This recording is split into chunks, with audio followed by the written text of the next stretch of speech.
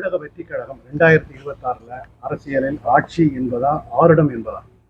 இல்ல ஆட்சி தமிழக வெற்றி கழகத்துக்கு ஒரு நல்ல ஒரு இளைஞர் மத்தியிலும் குறிப்பிட்ட சமுதாயத்தினர் மத்தியிலும் ஒரு நல்ல ஒரு ஆதரவு இருக்கிறத நம்ம வந்து கண்கூடா களத்துல பார்க்குறோம். நான் ஒரு இது வச்சிருக்கேன், நான் ஒரு ஆய்வு நிறுவனம் வச்சிருக்கிறேன். களத்துல ஒரு நல்ல ஆதரவு இருக்கிறத பார்க்குறோம். விஜய் மேஜிக்ங்கிறது இருக்குது.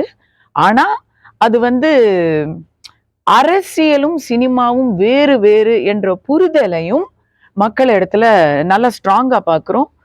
ஆட்சி மாற்றம் வேண்டும் என்றால் கூட்டணியில் இருக்கக்கூடிய எதிர்கட்சிக்கு மட்டும்தான் போடணும் அப்படின்னு ஆட்சி மாற்றத்தை விரும்புபவர்கள் சொல்றதையும் பார்க்குறோம். நான் விஜய் ரசிகன் தாங்க, ஆனா எனக்கு வந்து ஆட்சி மாற்றம் வேணும், அதனால நான் வந்து ஓட்டு செதறாம இங்கேதான் போடுவேன் அப்படின்னு பேசுறவங்களையும் நாங்க பார்க்குறோம். ஸோ இது வந்து வெயிட் அண்ட் வாட்ச். அவர் விக்கிரவாண்டி இடைத்தேர்தலில் தன்னை நிரூபிச்சிருந்தாருன்னா இந்த கேள்வி வேற மாதிரி போயிருக்கும். அவர் எதுவுமே இல்லாமல் ஸ்ட்ரெயிட்டா அசம்பிளிக்கு தான் வராங்க. ஸோ அது என்ன அவங்களுடைய செயல் திட்டம் இருக்க போகுதுன்னு யாருக்குமே சரியா தெரியல. ஆட்சி அமைப்பதுங்கிறது கண்டிப்பா எங்க ஆய்வுப்படி அந்த அளவுக்கு இருக்காது. அவர் வெற்றியே அடைய மாட்டாரு, ஆனா தோல்வியை கொடுப்பாரு அப்படின்னு சொல்றாங்க. அவர் ஒருத்தரை ஜெயிக்க வைக்க முடியாது, ஆனா ஒருத்தரை துவக்க வைக்க போறாரு. அது கன்ஃபார்ம். திமுக திமுக நான்லாம் ஆசைப்படுறேன். சரி, ஓகே.